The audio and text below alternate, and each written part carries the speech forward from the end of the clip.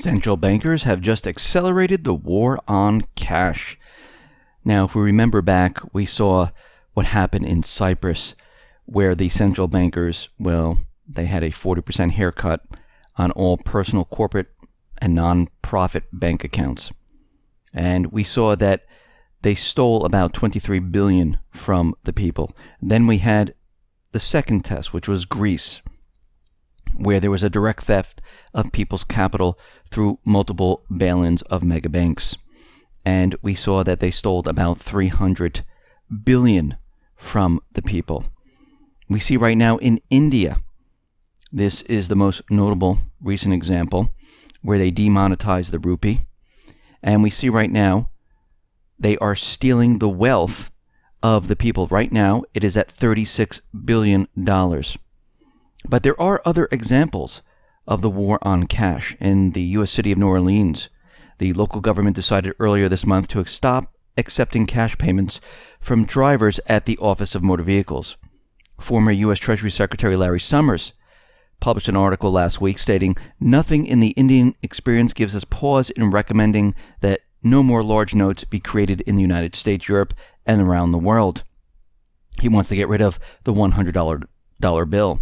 Ken Rogoff, Harvard professor and former official at the International Monetary Fund, recently published a book entitled The Curse of Cash.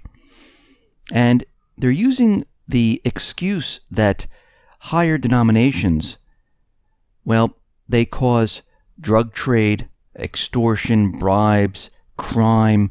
And if we look at research and you look at what is really going on in the world, all of this is really not true.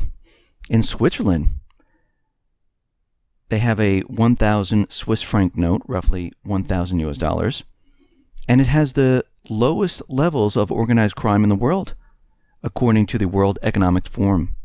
The same with Singapore, which has a 1,000 Singapore dollar, about $700 US. Japan, highest denomination of currency, is 10,000 yen, worth $88 today.